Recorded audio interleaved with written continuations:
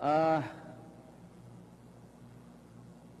I am compelled by my sense of duty na sabihin sa inyo lahat, lalo na yung mga pulis na nasabit sa droga, one way or the other, who contributed to the deterioration of the law and order of this country. What is really, I said, sad is that ito yung mga tao who are given the honor to join the academies of our country, be it the PNP or the PMA, at the expense of the public. And they had this career of theirs. All along, tayong mga mamamayan thought that we are being protected by the police, primarily. Masakit pakinggan kasi, ginastusan mo na, binayaran mo yung pag-aaral niya, lahat ng uniforme, pati medyas niya, pati sapatos, gastos mo. Tapos you commit.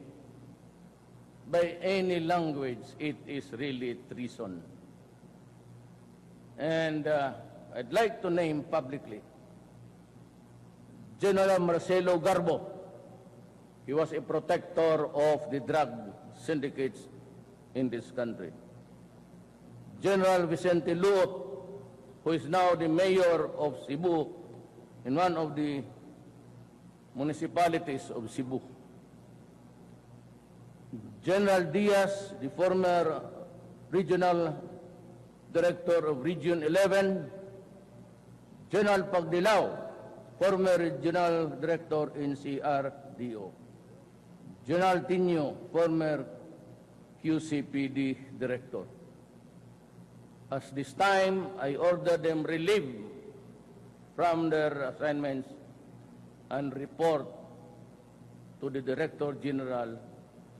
I would like to talk to them, but certainly I would expect the Police Commission to do their thing. Imbestigahan ninyo ito at huwag ninyo akong bigyan ng sarsuela na ano. Hanapin ninyo ang totoo. Kasi overnight I was really trying to figure out.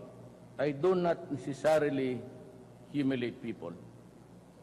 It's not my practice. Politiko ako eh.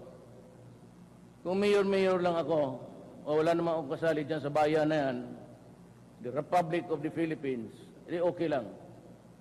But dumating ako sa posisyon na to, and I said, I have this sacred obligation to the Filipino people. By my oath of office, I have to tell you the truth. And the truth for the moment is, ito after so many validations, even when I was still mayor of Davao City, lumalabas na itong mga pangalan na to. Talagang lumalabas na. At nakikita mo naman ngayon with the intensification of the criminal syndicates and the drug distribution, marami nang namamatay at marami pang mamamatay. At huwag kayong sumali niyan, baski police kayo, baski official kayo, because you will place yourself in the line of fire.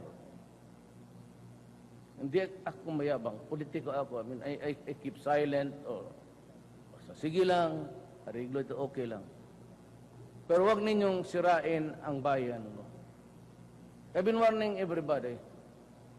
At the end of my speeches, when I was campaigning for the presidency, I always ended by saying, do not destroy my country because I will kill you.